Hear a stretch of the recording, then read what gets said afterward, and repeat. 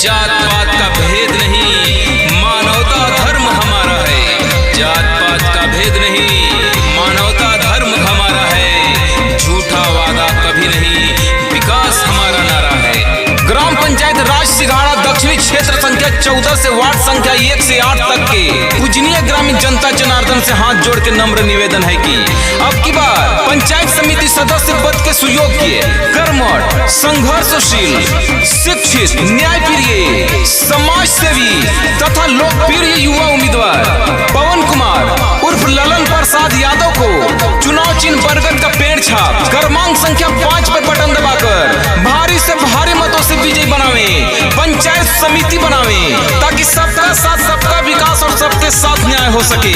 पवन कुमार जिंदाबाद जिंदाबाद जिंदाबाद, ललन प्रसाद यादव जिंदाबाद जिंदाबाद जिंदाबाद, बरगद के पेड़ छाप जिंदाबाद जिंदाबाद जिंदाबाद। आपका पंचायत समिति कैसा हो, पवन कुमार जैसा हो। जनता के बाटे नारा, पवन भैया जीती है हमारा।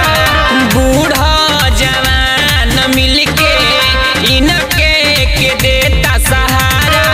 ललन भैया के पंचायत समिति बनई है, बरगद के पेड़ छाप बटन दबई है। आपका बटन कहाँ दबेगा, बरगद के पेड़ छाप जहाँ रहेगा। क्रम संख्या 5 पर बटन दबई है। आपका पंचायत समिति कैसा हो, पवन कुमार जैसा हो।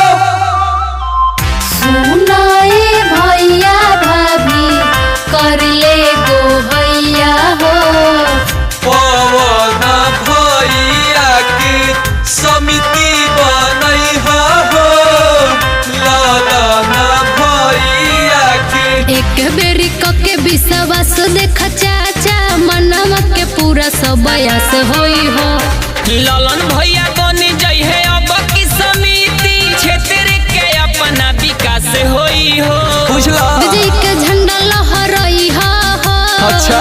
केहू के बात पनई हा हो। ठीक है बा। विजय के झंडा लहराई हा हो, केहू के बात पनई हा हो। भोटे अपन देके तू इनके जितई हा, विजयी बनई है, इनके जितई है, नहीं भूलई है। क्रम संख्या 5 पर बटन दबई है।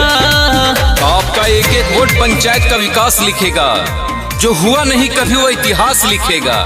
जी हाँ, आपका एक एक वोट पंचायत का विकास लिखेगा, जो हुआ नहीं कभी वह इतिहास लिखेगा। एक बार मौका देना ईमानदार प्रतिनिधि को, वो जनता के एक एक पैसे का हिसाब लिखेगा। पवन कुमार जिंदाबाद जिंदाबाद जिंदाबाद, ललन प्रसाद यादव जिंदाबाद जिंदाबाद जिंदाबाद, बरगद के पेड़ छाप जिंदाबाद जिंदाबाद जिंदाबाद। आपका पंचायत समिति कैसा हो, पवन कुमार जैसा हो। महिला के हक अधिकार मिल चाची, सबका के रोजी रोजगार मिली हो। ललन भैया जीत जाई है अब की चाची, सबका के जिए के आधार मिली हो। विजय के झंडा लहराई हा हो, बुझला केहू के बात पनई हा हो। अच्छा। विजय के झंडा लहराई हा हो, ठीक है बा। केहू के बात पनई हा हो। भोटे अपन देके तू इनके जितई हा, विजयी बनई है, इनके जितई है, नहीं भूलई है। क्रम संख्या 5 पर बटन दबई है।